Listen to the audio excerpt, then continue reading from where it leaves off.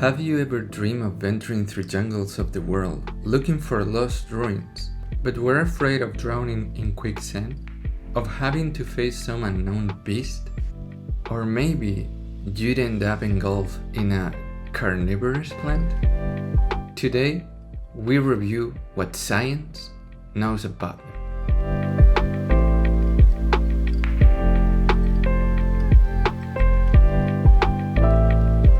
Carnivorous plants do not hunt on a whim, but out of necessity. They usually grow in soils that are poor in nutrients, especially nitrogen, such as swamps, peat bogs, or acidic soils. To compensate for this deficiency, they have developed traps to catch insects and small animals, which they then digest to extract the nutrients that the soil does not give them. They don't do this to feed on energy like animals, since, like all plants, they obtain their energy from the sun through photosynthesis.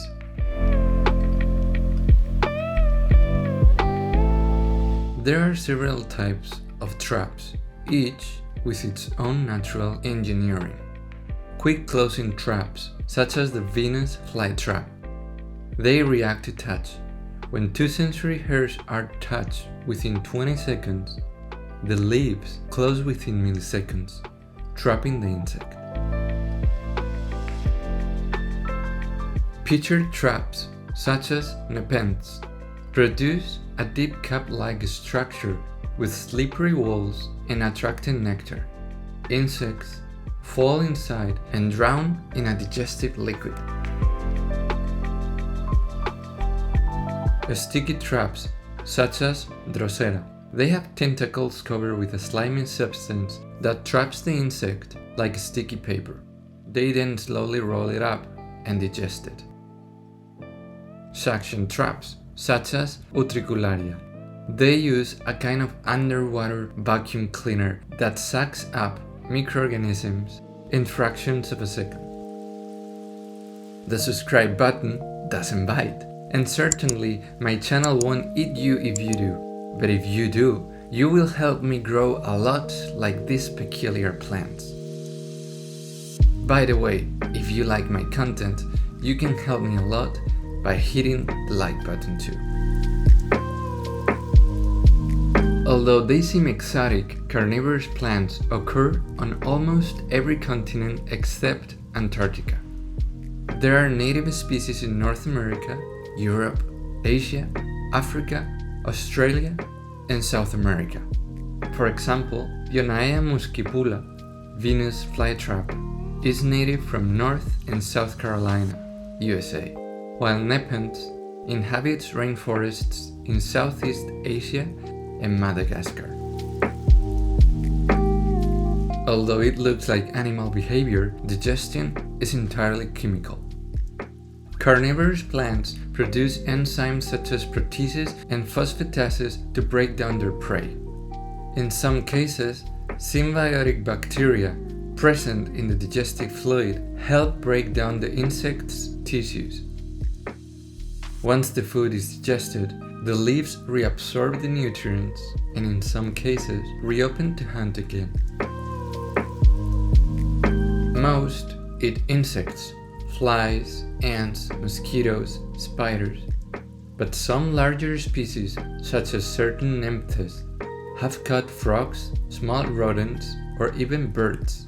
In such cases, death is not always immediate, and it might take days before the animal is completely digested.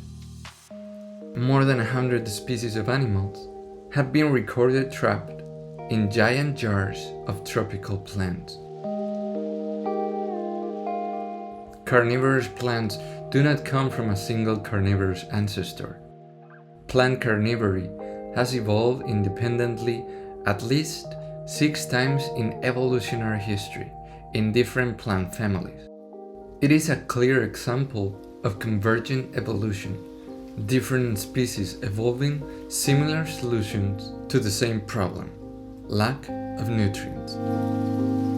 If you like varied topics and curiosities of our world, you can take a look at my online store. There, you will find very cool illustrations like this one.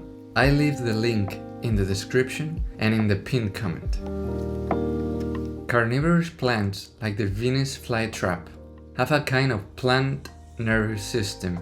Their sensory hairs detect movement, and only if they are touched twice do they activate the trap. This avoids closing by mistake with a raindrop, for example. Studies have shown that they have a short memory and decision-making ability. They can even count how many touches they receive to determine if what's there is worth catching. Carnivorous plants have inspired many novels and movies. From Victorian accounts of man-eating plants in Africa during the 19th century to even older myths. One of the most famous stories was published by journalist Edmund Spenser in 1878 in an article entitled "A Man-Eating Tree." It told of a tribe deep in Madagascar called the Makoto, who worshipped a gigantic plant that devoured human beings. According to the story, they offered human sacrifices. The victims were pushed towards a kind of tree with tentacular leaves that close quickly and wrap around them like snakes. The story circulated throughout Europe with macabre illustrations showing the plant entangling living people. Years later, it was proved to be a journalistic hoax, but the myth remained engraved in the popular imagination and was quoted in many books of the 19th century. During the heyday of European colonialism, many real or fictional explorers wrote of amazing discoveries in tropical jungles. These included killer plants, pitchers that swallowed mice, and shrubs that emitted seductive odors to trap birds. Although some descriptions were based on real species such as nymphs, many were embellished or entirely invented to feed the public's fascination with the exotic. Although today it might seem normal for a plant to hunt insects, in Darwin's time, it was an almost heretical idea. When he published his book, Insectivorous Plants, in 1875, many scientists of the time ridiculed him, saying that plants could not eat. Darwin, who studied species such as Drosera for years, showed that they actively reacted to contact with prey and produced digestive enzymes. His work was key to the scientific world's acceptance of the real existence of plant carnivory. Although not as common as other sacred plants, some cultures did relate certain types of sticky or quicksilver flora to supernatural presences.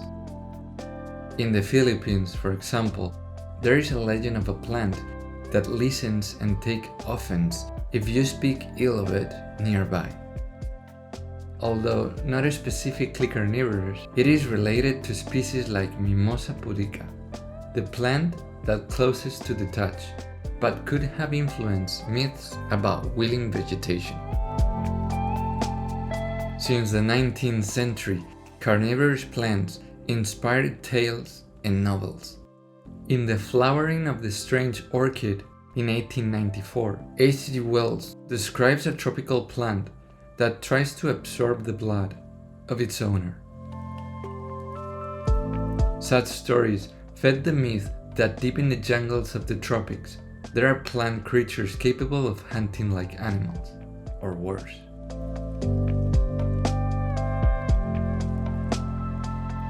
Do you think maybe there was once a carnivorous plant hunting for humans in the distant past?